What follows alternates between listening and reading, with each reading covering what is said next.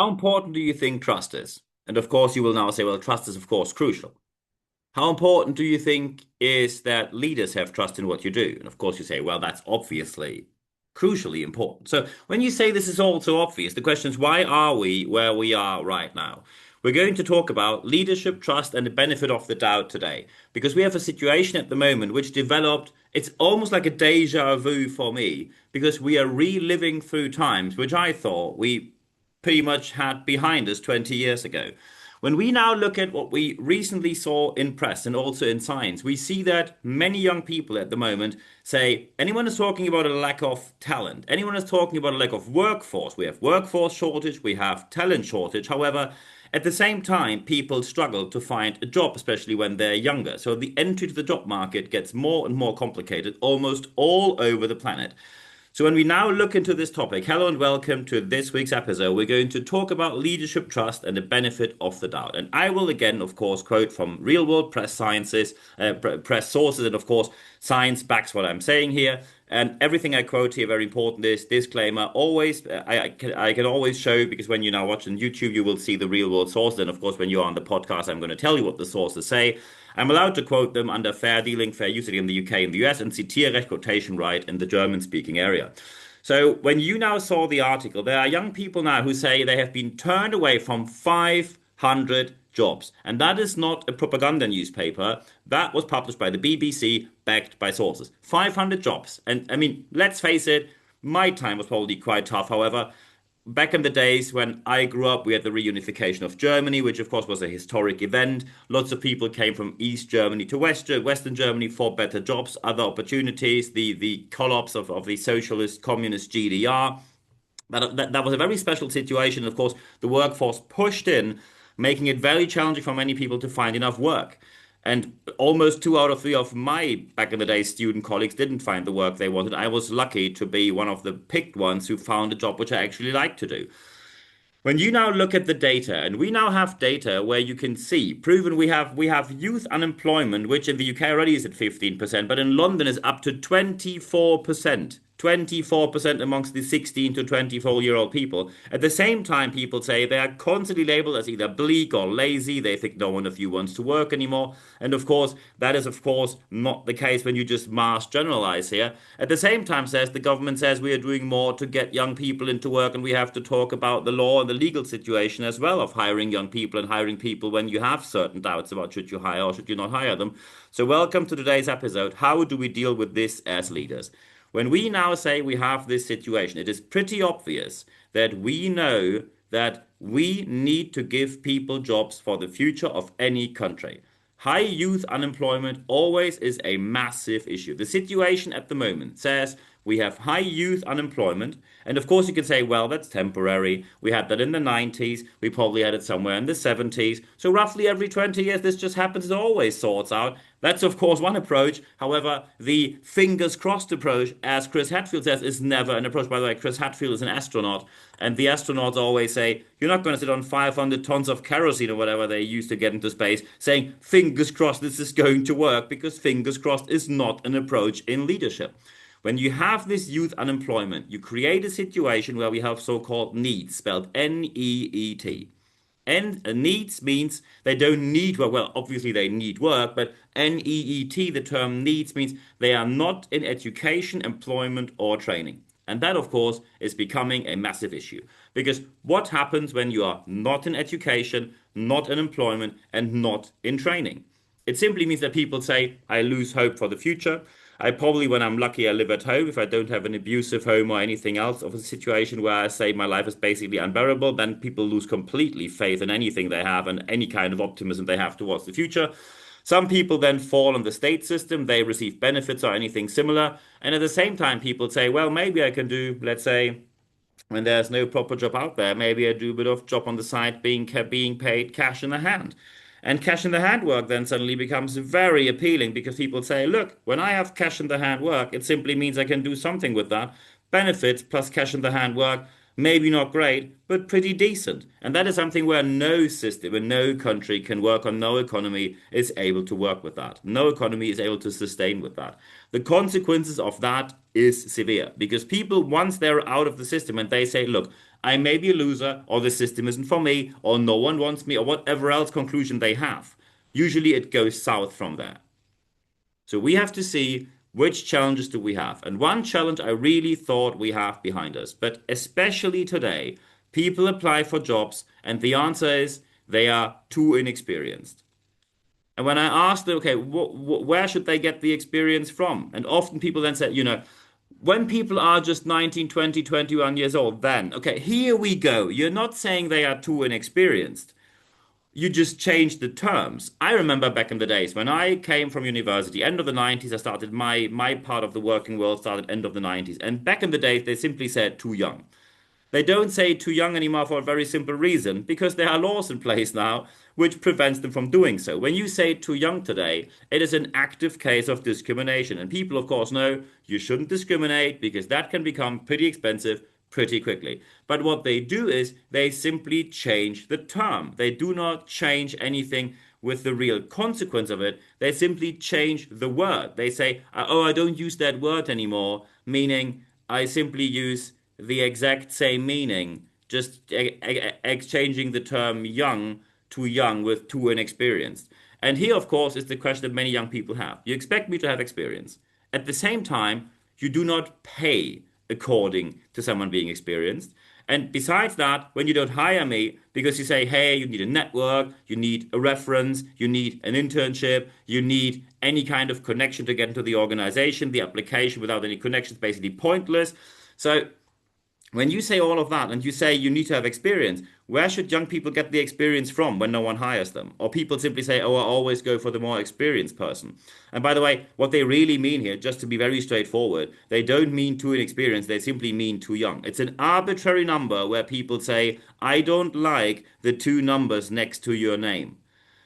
Only to then, because then say, hey, there are experienced people on the market, look here. And then they say, oh, these people, when you're over 40, over 50, bit too, they are, how to say, yeah, I think they are too experienced for the position. What you really mean is you don't like their salary wishes, which is based on the experience you actually asked for. And also what you don't like is their name and their age again. You simply say, oh, the number over 40, the number over 50, they don't want to change. They don't want to do that, especially today when you hear people saying, oh, the older people, and the older people meaning usually anyone over 40 already today. So people say the people who are older can't deal with AI. Piece of information here. Who do you think invented the computer systems on which everything today is based? These are the people who today are over 40, over 50, or over 60. Mass generalization, you basically split the whole thing in two halves. You say, oh, people at 19, 20, 21, somewhere there, all too young. Oh, but sorry, too inexperienced. And on the other hand, over 40, yeah, we say maybe too experienced because too old is age discrimination, right? So you basically give a window of 10 years, maybe 15, where people are the right fit. But then you say, oh, don't ask for too much money, right? You should be highly motivated, but you can't get much money. I know that life becomes more and more expensive and rent goes through the roof, but you can't make much money because our industry doesn't pay that well. And then you are surprised that motivation in the job market goes down.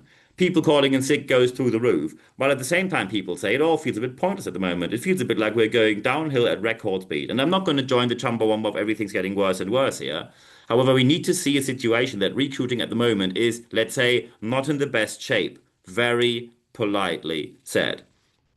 When you say, on the one hand, too inexperienced, too young, on the other hand, you tell people they are too experienced, what you really say here is you simply do not trust anyone anymore. And sometimes you have recruiters who simply say, look, I only do what I got told by other leaders. I do not trust people because no one trusts me here. As soon as I say, oh, I think this young person should be taken in, they show great attitude, they say, really? You want to bring that person in from that background with a bachelor's degree and not a single year of experience? What kind of recruiter are you? Find better candidates.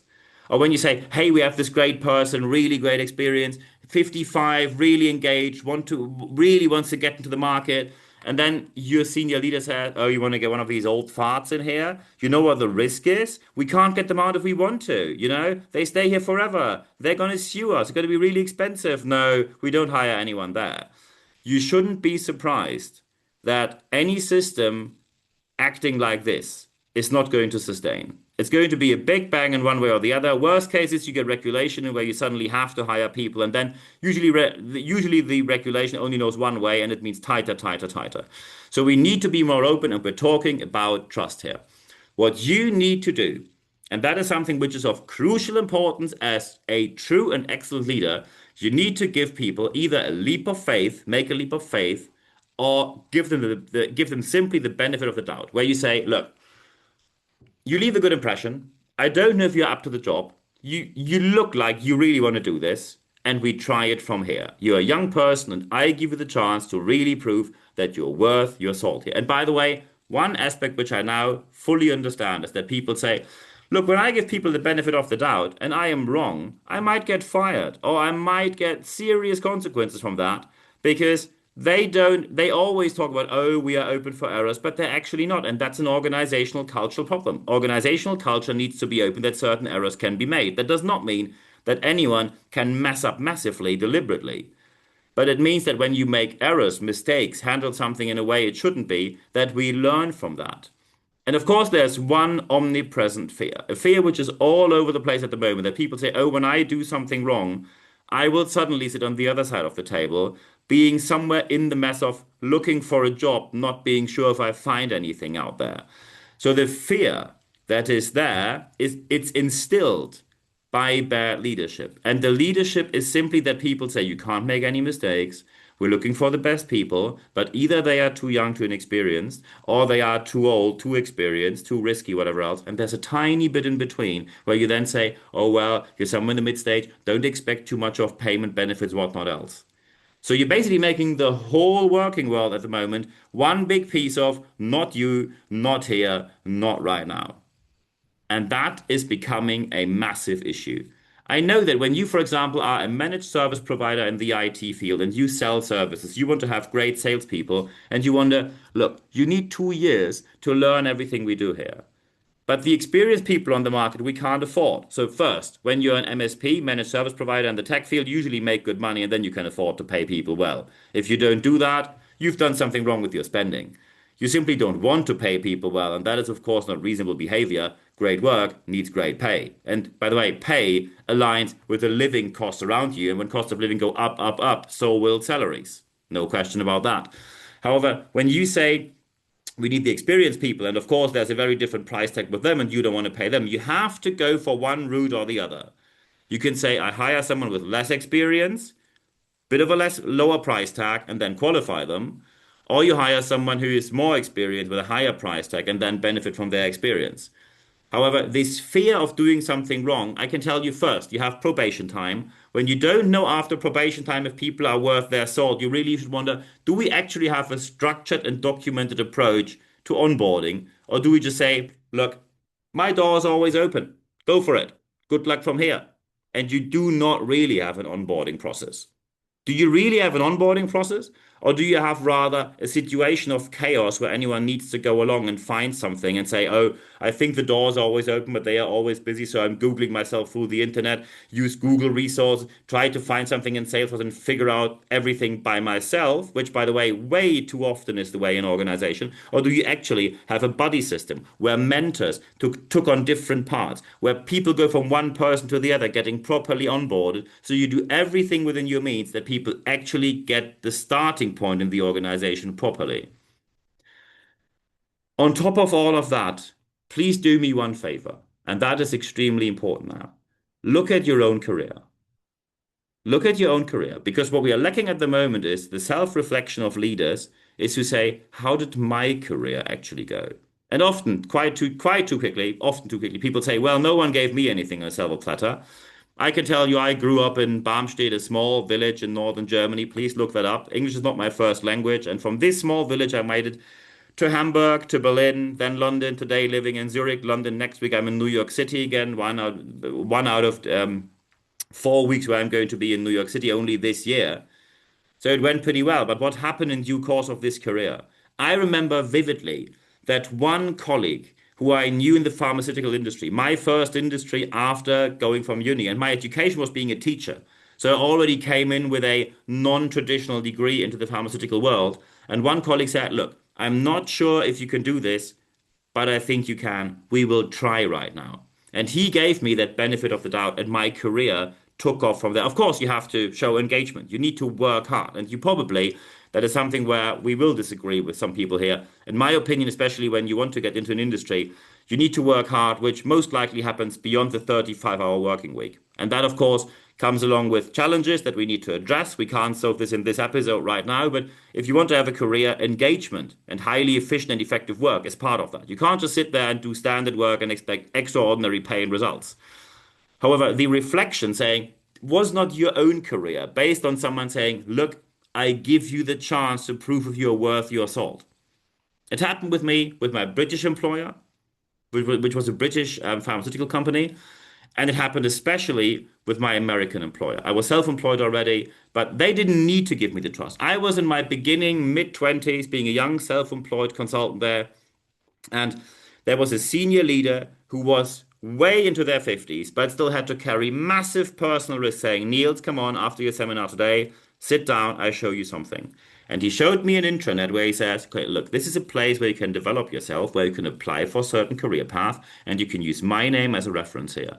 And from there, I suddenly found myself flying from Hamburg via Frankfurt to Los Angeles, going to Anaheim to a franchise headquarters, and then developing a massive international career based on someone saying, I think you can do this. And of course, I showed engagement. I worked hard. I worked long hours. And I can tell you, and again, I don't want to start an argument here, but I worked way, way more than 35 to 40 hours a week, way more, 60 hours plus. So I really showed engagement here. I think at least that was their feedback.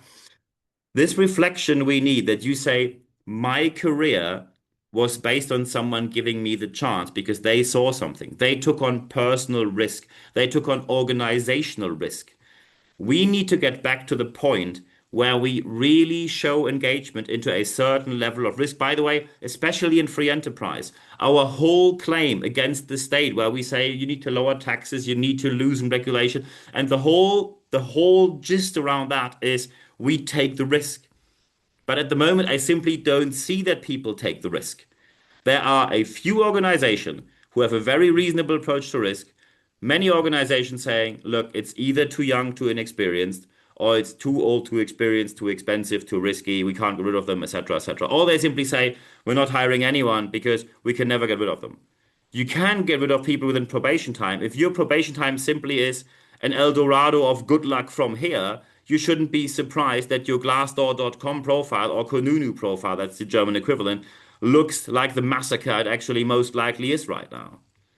You need to engage in proper onboarding and giving people the benefit of the doubt, a leap of faith, where you say, I'm not sure if you can do it, but you will find these golden nuggets, the brilliant people who are out there who simply say, thank you for the chance, and I will show you that I'm able to do it. I am worth my salt.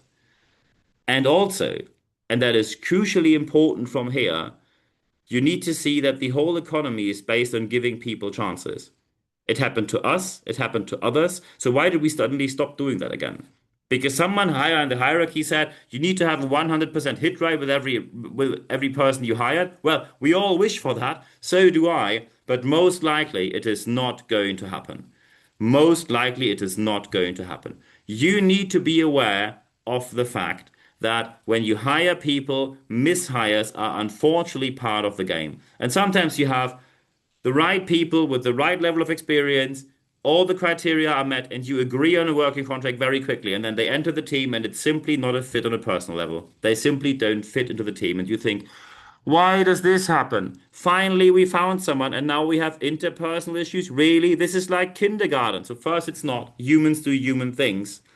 However, when leaders suddenly stop to give people the benefit of the doubt, and you expect everything that they need to have from the scratch, already being held in their hands and ready for you to use, but at the same time offering a limited package of pay and benefits, you shouldn't be surprised that some people, and in this time, especially the younger generation, say, that feels a bit pointless because when I work hard, I want to have a life which is comfortable and not just barely scratch along every month thinking my money ended up being really tight.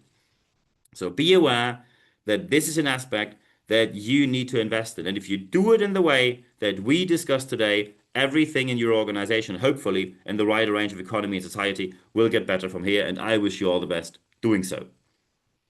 And when you now say, I think I need to discuss that. Very happy to do that. So first, when you watch me on YouTube, thank you very much for doing so. Leave a like here. Thank you very much for doing so.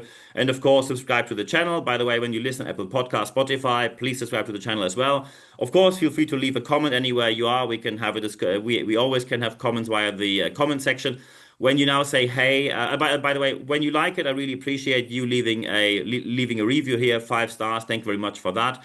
And of course, when you now say, hey, I think I really like this, please recommend this because you see, we offer all of this for free. Science-backed real world experience, plus the excellence of everything that the science world includes. And there's a lot of effort put into this here. So please, if you like it, share it amongst friends, colleagues, online, offline, social media, anywhere you like. Thank you very much for doing so as well. And we have even more. When you now say, hey, the weekly episode is quite nice, but I want to have ongoing leadership tips. At the moment, via the YouTube Shorts, we offer leadership tips, including external experts that we frequently get in. These external leadership tips, you can get them via the YouTube Shorts. So it really pays off that you do not only sign up to our channel and don't only subscribe, also put a little bell on YouTube on so you get a short notification that you actually see when a new episode comes out, and you also see when our new leadership tips are on there. Of course, you can also follow me on Apple Podcasts and Spotify. Thank you very much for doing so as well. And when you now say, hey, I actually think you're really good, you could help my organization, feel free to come along on my website, nb-networks.biz, and then we take it from there. And of course, you could also send me an email, nb@nb-networks.com. Looking forward to hearing from you via email because we have quite a high number of people who say, look, I have to discuss things, but due to privacy reasons, it's about my organization, happened in my company. I can't just put this in the comment section. It would be way too obvious who I am. People could track me down. Everything you send to me, I receive a wide range of emails every single week. And no worries, everything will stay fully anonymous. And of course, when you say, hey, do you actually have live sessions? Yes, we have live sessions, very important. When you go to expert.nb-networks.com, just put your email address in there. As soon as you do so, you receive only one email every Wednesday morning. And it's 100% content, ad-free guarantee. In this email, you find full access to all the articles, all the podcasts in the English and the German language, altogether more than 1,000 episodes we now have online, plus the YouTube Shorts where we publish anything in between 1 to 4 per day. So there's a full range of advertising-free expert knowledge just for you. And of course, feel free to connect with me. Feel free to connect on LinkedIn. Looking forward to don't do the follow thing. Connect with me properly. And when you connect with me on LinkedIn, also feel free to follow me on Instagram, where you see what I'm doing at the moment. You can like me on Facebook as well, and you can also, of course, subscribe to the YouTube channel. Thank you very much for doing so as well. The most important thing, however, is always the last bit I say on each and every podcast and videocast.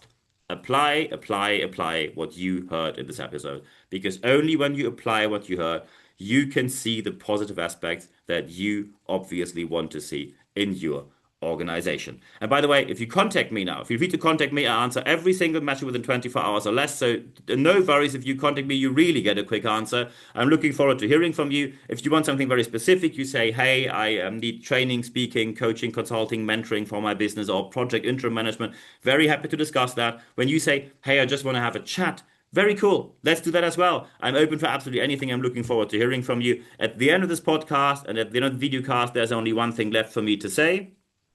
Thank you very much for your time.